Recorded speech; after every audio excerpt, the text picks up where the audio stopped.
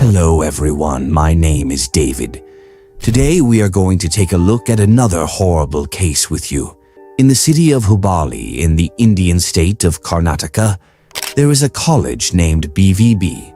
A boy named Fayaz Khandanak studied at this college. Fayaz was very good at academics, and along with his studies, he was also passionate about bodybuilding. Moreover, a bodybuilding competition was going to be held at the college where Fayaz studied. When Fayaz found out about this bodybuilding competition, he decided to participate in it as well.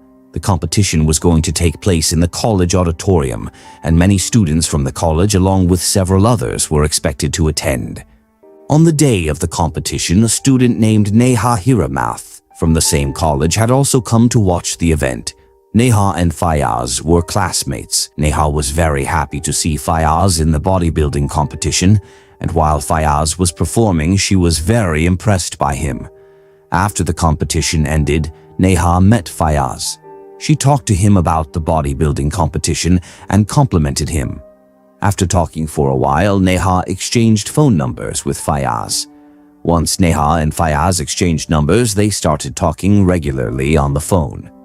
Gradually, as time passed, Neha and Fayaz began to really enjoy spending time with each other. Neha and Fayaz had now fallen deeply in love with each other, even though their relationship had only just begun. Still, their relationship was going very well, and thus their love story had started. Later, Neha's health deteriorated badly as she had contracted a serious case of typhoid. After getting typhoid, her physical health weakened significantly, and due to her illness, Neha was unable to attend college. Her absence from college started affecting her education, and on top of that, she had an exam scheduled on April 18th, 2024. But due to her illness, she hadn't done any preparation for that exam. Still, Neha didn't want to miss her exam. She would have felt terrible if she had. So she started doing some initial preparation for the exam. She prepared for it as much as she could, given her condition. By the day of the exam on April 18th, 2024, Neha's health had slightly improved. Her typhoid had been so serious that it had taken her a full 2 months to recover. But since she was feeling a bit better, Neha decided to go to college to take her exam. Before she left for college, her mother told her, "When you finish your exam, I'll come pick you up from the college." After hearing her mother's words, Neha left for college. Shortly after she reached, her exam began. In the exam hall, Neha stayed fully focused and completed her exam well. As she exited the hall, her face was glowing with happiness because her exam had gone even better than she had expected. Her exam had ended between 4:30 and 4:45 p.m. After completing it, Neha came out of the examination center. As soon as she stepped out, the first thing she did was call her mother and told her over the phone that she had completed her exam and was now leaving the examination center. Neha's mother was already waiting for her near the college gate. Neha ends the call with her mother after a brief conversation. After that, Neha wanted to reach her mother as soon as possible because she wanted to discuss how her exam had gone that day. But as Neha was leaving the examination hall, a boy suddenly stood in front of her, and seeing him, Neha became extremely frightened. In fact, there were other boys passing by at the time, but Neha got scared specifically because the boy standing in front of her was holding a knife and was slowly approaching her creepily. Seeing all this, Neha got scared of the boy and tried to walk in the opposite direction to avoid him. But before Neha could say anything to the boy or hear anything from him, he suddenly stabbed her in the neck with the knife. When the boy stabbed Neha in the neck, she fell to the ground. Even after Neha fell, the boy didn't stop stabbing her. He kept attacking her repeatedly, and during this he also injured his own hand. The boy stabbed Neha a total of 7 times with extreme brutality, causing her to bleed heavily. In fact, while stabbing Neha, the boy had also cut his own hand, and he was bleeding too.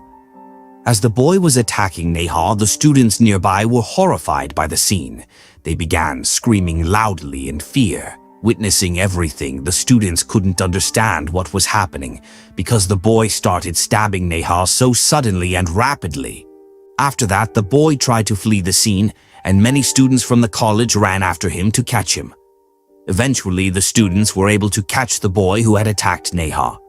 The entire incident was also captured on the college's CCTV cameras, although only a small part of the campus was visible in the footage. Some people did try to help Neha, but when they saw the knife in the boy's hand, they got scared and backed away. After that, an effort was made to take Neha to the hospital, but she died before she could be admitted. At that time, Neha's mother was waiting for her outside the college, but Neha never came out alive, and her mother kept waiting outside.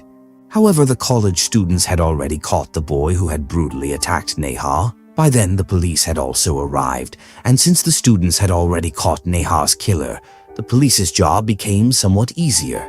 So the first thing the police did after arriving was arrest the boy. After arresting him, they brought him to the police station. Then the police began investigating who the boy was and what his motive was for killing Neha. During the investigation, the police found out that the person who had killed Neha so brutally was none other than Fayaz. After learning this, the police started gathering more information about Fayaz. They found out that his name was Fayaz Kondnik and he was 23 years old. Fayaz lived with his mother, Mumtaz. His father's name was Baba Saheb Subani, but he lived separately from his wife, Mumtaz, and their son, Fayaz. Fayaz's parents were both teachers. Fayaz was a very good boy and also very good at studying. He always scored above 90%, and along with studying, he was also into bodybuilding. Fayaz felt very proud of himself, and his mother Mumtaz was also very proud of her son Fayaz. At the time of this incident, Neha Hiramath was 22 years old and she was very studious.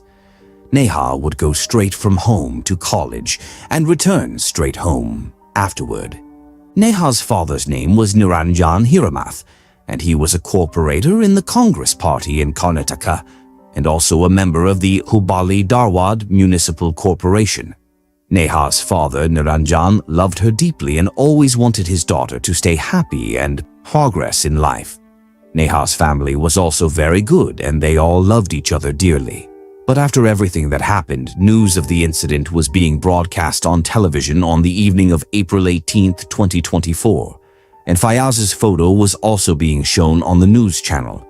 Some of Fayaz's relatives were also watching this news, and after seeing it, they called Fayaz's mother Mumtaz and informed her about it. When Fayaz's mother found out about the incident, it was like the ground slipped from beneath her feet. But Mumtaz was even more shocked when she heard the name of the victim whom Fayaz had killed. The reason Fayaz's mother Mumtaz was so stunned to hear Neha's name was because she already knew Neha. According to Mumtaz, Fayaz and Neha had been in a relationship for the past year. Fayaz had also told his mother that he wanted to marry Neha. But Mumtaz had told her son that he should focus on his career first. She said that only after becoming a properly settled man should he think about marrying this girl. During this one-year relationship, Fayaz had even arranged a phone call between his girlfriend, Neha Hiramath, and his mother, Mumtaz. But when the police were interrogating Fayaz, he told them that he was in a relationship with Neha, but in recent months, Neha had started avoiding him a lot. Fayaz could not understand Neha's behavior, which made it very difficult for him to handle the situation. Fayaz's father, Baba Saheb, also said that Fayaz and Neha were in a relationship. In fact, Fayaz had told his father as well that he wanted to marry Neha. But just like his wife, Mumtaz, Baba Saheb did not support Fayaz in this decision. In addition, Fayaz's father, Baba Saheb, also told the police another shocking detail. The matter was that Neha's family had once called Fayaz's family and told them that Fayaz was troubling their daughter Neha a lot. They told Fayaz's family to make him understand that he should stop bothering their daughter. Neha's father Niranjan said that Neha and Fayaz had been classmates in the past. He also said that Fayaz had been harassing Neha for several months and repeatedly proposing to her. However, every time Fayaz proposed, Neha rejected him. In fact, Neha had become extremely frustrated with Fayaz's repeated proposals and had warned him several times. Neha told Fayaz that if he didn't stop harassing her, she would file a complaint against him at the police station. After being so troubled by Fayaz, Neha finally informed her family about his behavior. After that, Neha's family spoke with Fayaz's family. During this time, Neha's family also tried very hard to explain things to Fayaz. But even they never imagined that Fayaz could take such a step and kill Neha over rejection. Whether Fayaz and Neha were actually in a relationship or not, or whether it was Neha who initially approached Fayaz, all of this will only become clear when solid evidence comes forward. But before attacking Neha, Fayaz's behavior had suddenly changed a lot. He was no longer able to focus on his studies the way he used to. Because of this, Fayaz failed his college exams. After failing these college exams, Fayaz was completely shattered. After this failure, he began to wonder how he could fail, despite being such a good student. With this in mind, Fayaz tried to take the exams again, but this time too, he didn't score very well. So Fayaz decided that he would now drop out of college. After that, Fayaz dropped out of college and stayed home all day. He had become very depressed and didn't do anything at home either. In addition, he wasn't eating or drinking properly and didn't leave the house anymore. Everything that had happened to Fayaz had left him extremely depressed. Since the time Fayaz dropped out of college, he never tried to rejoin again. He also never attempted to look for a job. But then, on April 13th, 2024, Fayaz told his mother, Mumtaz, that he was very troubled by the way he was living his life. After saying this to his mother, Mumtaz, Fayaz also told her that he had now decided to look for a good job for himself.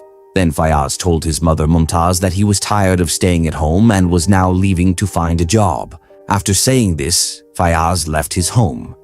At that time, Fayaz's mother, Mumtaz, believed that he had indeed gone out to look for a job.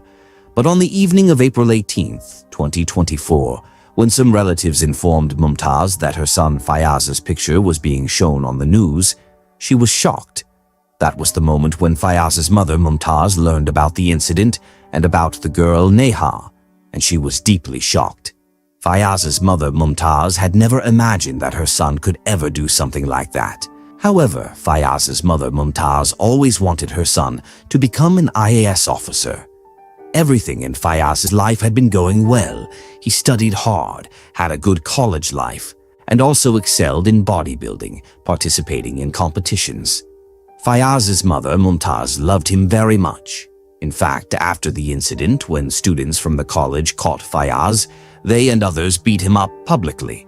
Many people collectively beat Fayaz severely, and because of the way he attacked Neha, many of his old college friends began to hate him deeply. Fayaz's mother, Mumtaz, also said that what her son did to Neha was absolutely wrong. She even said that her son Fayaz should receive the harshest punishment. She said this because she knew that her son had taken the life of an innocent girl, someone's daughter, and she understood how valuable a life is. That's why Fayaz's mother, Mumtaz, wanted her son to be punished for what he did. When this case happened in India, it was election season, so some political parties had already started giving their opinions. Some political parties claimed that the crime happened due to personal reasons. These parties were giving such opinions because doing so might help them gain an advantage in the elections. After that, the Karnataka Criminal Investigation Department, CID, took over the case and in July 2024 submitted a detailed 483-page charge sheet. The CID concluded that Fayaz's motive was personal and it stemmed from Neha rejecting his marriage proposal. So far, Fayaz is in judicial custody and the trial has not yet begun. But there is also no indication of when the proceedings in this case will start. Even the CBI investigation requested by Neha's family has not been initiated, and public pressure is mounting to get justice for Neha's family. However, if there is any future update from the court in this case, we will definitely share it in the community post of the David True Crime channel. So with that, the Neha Hiramath murder case comes to an end right here.